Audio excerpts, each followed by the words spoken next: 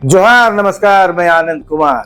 दोस्तों, झारखंड की राजनीति में पिछले कुछ सालों में अगर किसी नेता ने सबसे तेजी से अपने आप को एस्टैब्लिश किया है तो उनमें सबसे ऊपर जो नाम है वो जयराम महतो का है। एक ऐसा चेहरा जिसने खुद को सिस्टम के खिलाफ लड़ने वाले टाइगर के रूप में पेश किया।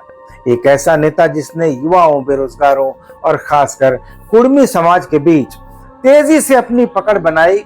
लेकिन अब वही जयराम महतो बंगाल की जमीन पर ऐसी राजनीतिक ठोकर खाकर लौटे हैं जिसने कई बड़े सवाल खड़े कर दिए हैं। सवाल ये कि क्या ये सिर्फ एक चुनावी हार भर है या फिर ये उस राजनीति की सीमा है जो भीड़ तो जुटा सकती है लेकिन वोट बदलने में संघर्ष करती नजर आती है। क्या बंगाल का जंगल महल जयराम महतो के लिए एक चेतावनी बनकर सामने आया है? और सबसे बड़ा सवाल कि क्या भाजपा अब झारखंड में सीधे सीधे कुर्मी वोट बैंक पर बड़ा खेल खेलने जा रही है?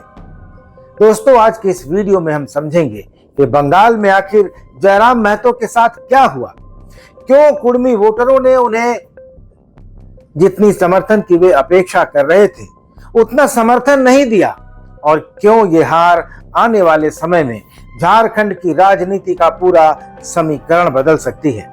तो इस वीडियो को आखिर तक जरूर देखिएगा और चैनल को सब्सक्राइब जरूर कर लीजिएगा, क्योंकि इस कहानी में दोस्तों सिर्फ बंगाल नहीं बल्कि झारखंड की राजनीति का फ्यूचर भी छिपा हुआ है।